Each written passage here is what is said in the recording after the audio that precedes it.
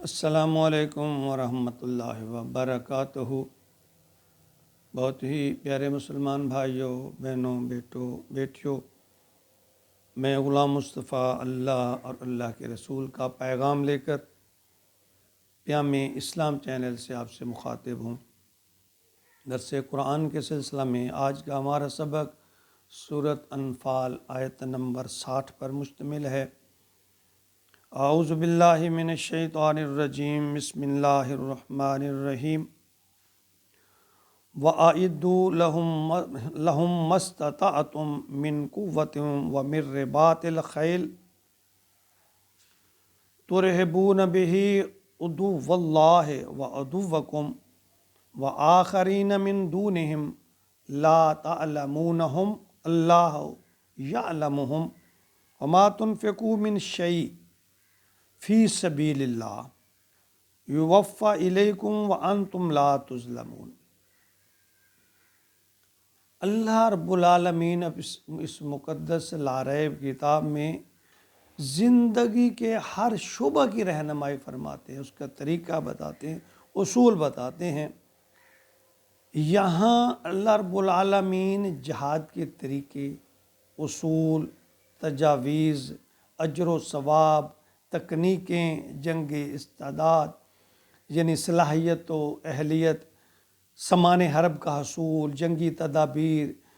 جنگی منصوبہ بندی، ان سب باتوں کا بڑی تفصیل سے یہاں ذکر ہے۔ اور اس آیت میں اللہ فرما رہے ہیں کہ ان کافروں اور مشرکوں کو اپنی کمزوری نہ دکھاؤ۔ اللہ نے فرمایا کہ کافروں اور مشرکوں کے ساتھ معذرت خواہانہ رویہ مت رکھو، جس طرح تم عظیم بزرگ و برتر معبود کے ماننے والے ہو، اپنی عظمت اور برتری کو بھی قائم رکھو، جھک کر نہیں، متانت سے سر اٹھا کر جیو۔ فرمایا وَأَعِدُّوا لَهُم مَّا اسْتَطَعْتُم، تیار رکھو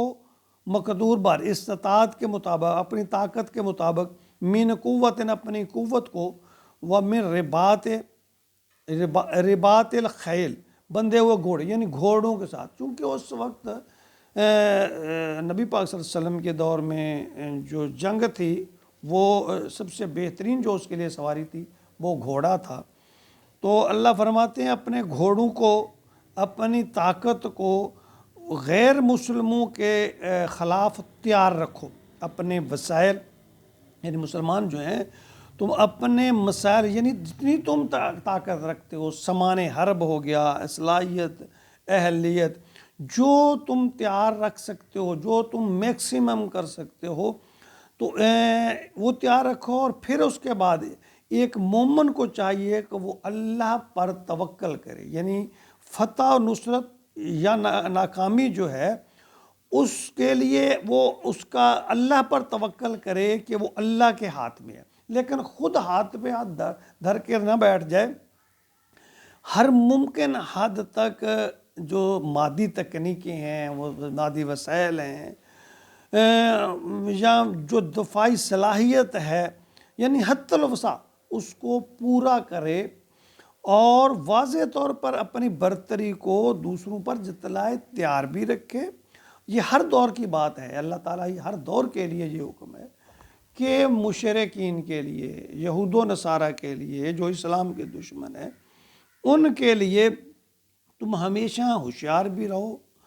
اور اپنی پالیسیاں جرأت مندانہ طریقے سے بناؤ، نہ کہ معذرت خواہانہ طریقے سے، یعنی مزاحمت جو ہے وہ ڈر کے نہیں کرو، جرأت کے ساتھ کرو، اللہ پر توکل کے ساتھ کرو، بہترین منصوبہ بندی، یا یوں کہہ لیں آج کے دور میں جس طرح پاکستان ایٹمی صلاحیت ہے، اس سے بھرپور فائدہ اٹھایا جائے، بہترین منصوبہ بندی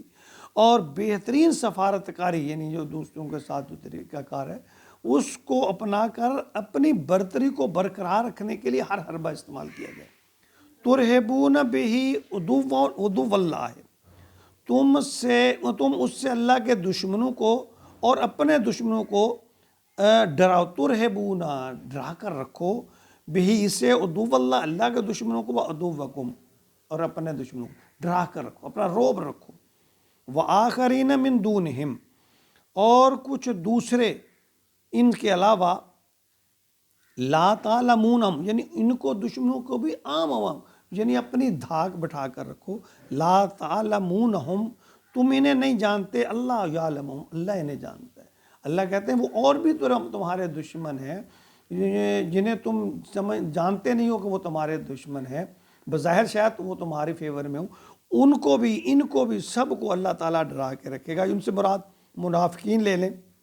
جو چپ کر وار کرنے والے ہیں۔ وَمَا تُنْفِقُوا مِنْ شَيْءٍ اور جو کچھ بھی تم خرچ کرو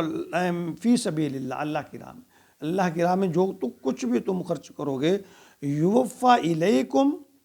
اس کا اجر ملے گا تمہیں پورا پورا، وانتم لا تظلمون ذرا برابر بھی زیادتی نہیں ہوگی، کمی نہیں ہوگی، اللہ انعام دینے میں کمی نہیں کریں گے۔ یعنی اس میں یہ بھی ہے ایک امر کہ جہاد فی سبیل اللہ میں یا اللہ کی راہ میں جہاد کے لیے مادی مال کی بھی ضرورت ہے، اور یہ تو پہلے ہے کہ اس کے لیے زیادہ راہ، اس کے اخراجات پورے کرنے، مجاہدین کا اخراجات پورے کرنے، یا ایک اسلامی ریاست ہے تو اس کو بھی اس کے تیاری کے لیے بہت سارے اخراجات کی ضرورت ہے۔ تو اس کے لیے اللہ تعالیٰ فرما رہے ہیں دل کھول کر اصلاح کے لیے، جہاد کے لیے، اسلام کی سربلندی کے لیے اپنے مال خرچ کرو، یعنی اس میں تمہارا جذبہ اثار اور خلوص وہ ہونا چاہیے، اجر و ثواب کی نیت رکھتے ہوئے مال کو یعنی اللہ فتح نہیں جو یعنی سنیت کر اکٹھا کر کے کنجوسوں کی طرح نہ رکھو، بلکہ اللہ کی راہ میں دین کے غلبے کے لیے، اسلام کے غلبے کے لیے، مسلمانوں کے غلبے کے لیے، اور سب سے بڑھ کر یہ آخرت کی فلاح کے لیے۔ دیکھیں مسلمانوں کی بقا جو ہے وہ آخرت کی فلاح اسی میں ہے، مسلمانوں کی بقا میں، اور اس کے لیے اللہ تعالیٰ یہ فرما رہے ہیں کہ معذرت خانہ رویہ غیر مسلموں کے ساتھ نہ رکھو، تمہارے اندر ایمان ہے، تمہاری پشت پہ خدا ہے، تمہارا مددگار اللہ ہے، تو تم ڈٹ کر رہو، غیر مسلموں کے سامنے جھک کر نہ رہو، ڈٹ کر رہو، اور ہر قسمی حربی سامان کی یعنی اسلحہ کی، آج گھوڑوں کا اگر دور نہیں ہے، تیروں تلواروں کا، تو آج جدید دور کے یعنی ہر دور کے تقاضے کے مطابق جس چیز کی ضرورت ہے اس کی مکمل تیاری رکھو۔ تمہارا دشمن پر رعب ہونا چاہیے، اور تاریخ اس چیز کی گواہ ہے جب تک مسلمان جہاد کی کیفیت میں رہے، جب تک مسلمان جرأت مندانہ صلاحیتیں دکھاتے رہے، اس وقت تک مسلمانوں نے حکمرانی بھی کی، مسلمانوں کا رعب اور دبدبہ بھی تھا، اور غیر مسلم دب کر ہے۔ جو ہی مسلمانوں نے دفاعی پوزیشن اختیار کی، غیر مسلم کھڑا ہو گیا اور انہوں نے مسلمانوں کو دبا لیا۔ تو یہ وہ اصول اور طریقے ہیں جو قرآن پاک جو ہے جنگ کے بارے میں یا جہاد کے بارے میں بیان فرما رہے ہیں۔ اللہ تعالیٰ ہمارے ملک کی حفاظت فرمائے، پورے عالم اسلام کی حفاظت فرمائے، اور اس کے لیے مسلمانوں کو خود بھی تیار رہنا چاہیے، ہر لحاظ سے ہر قربانی کے لیے تیار رہنا چاہیے۔ اسی میں دیکھیں جنت تلواروں کے سائے میں ہے۔ تلواروں کا مطلب یہ نہیں آج کے دور، یعنی جب تک تم طاقت میں رہو گے، جب تک تم اپنا رعب رکھو گے تو کامیابی ہو جاؤ گے، اللہ کی رضا بھی حاصل ہوگی اور جو کامیابی بھی نصیب ہوگی۔ اللہ تعالیٰ ہمیں جہاد پر ایمان رکھنے کی، عمل کرنے کی، اس کی مدد کرنے کی، اس پر خرچ کرنے کی توفیق عطا فرمائے۔ اور یہ بات بھی یاد رکھیے کہ جہاد مجموعی طور پر جو اسلامی مملکت نظام حکومت ہو، اس کے لیے حکومت کی سرپرستی، حکومت کی مدد یا حکومت کا فیصلہ ہوا کرتا ہے، ہر کوئی اپنے طور پر نہیں، یعنی یہ حکومت فیصلہ کرتی ہے کہ کب کہاں کس طرح جہاد کرنا ہے، اس کے لیے سب کو مل کر ان کا ساتھ دینا چاہیے۔ اللہ تعالیٰ ہمیں جس کے اندر جہاد کی تڑپ یا خواہش پیدا نہیں ہوئی، اللہ کے نبی کی ایک حدیث کا مفہوم ہے کہ اس دل میں منافقت ہے، اللہ تعالیٰ ہمیں دین کی سربلندی کے لیے ہر قربانی جو ہے وہ دینے کی توفیق اور ہمت عطا فرمائے، آمین۔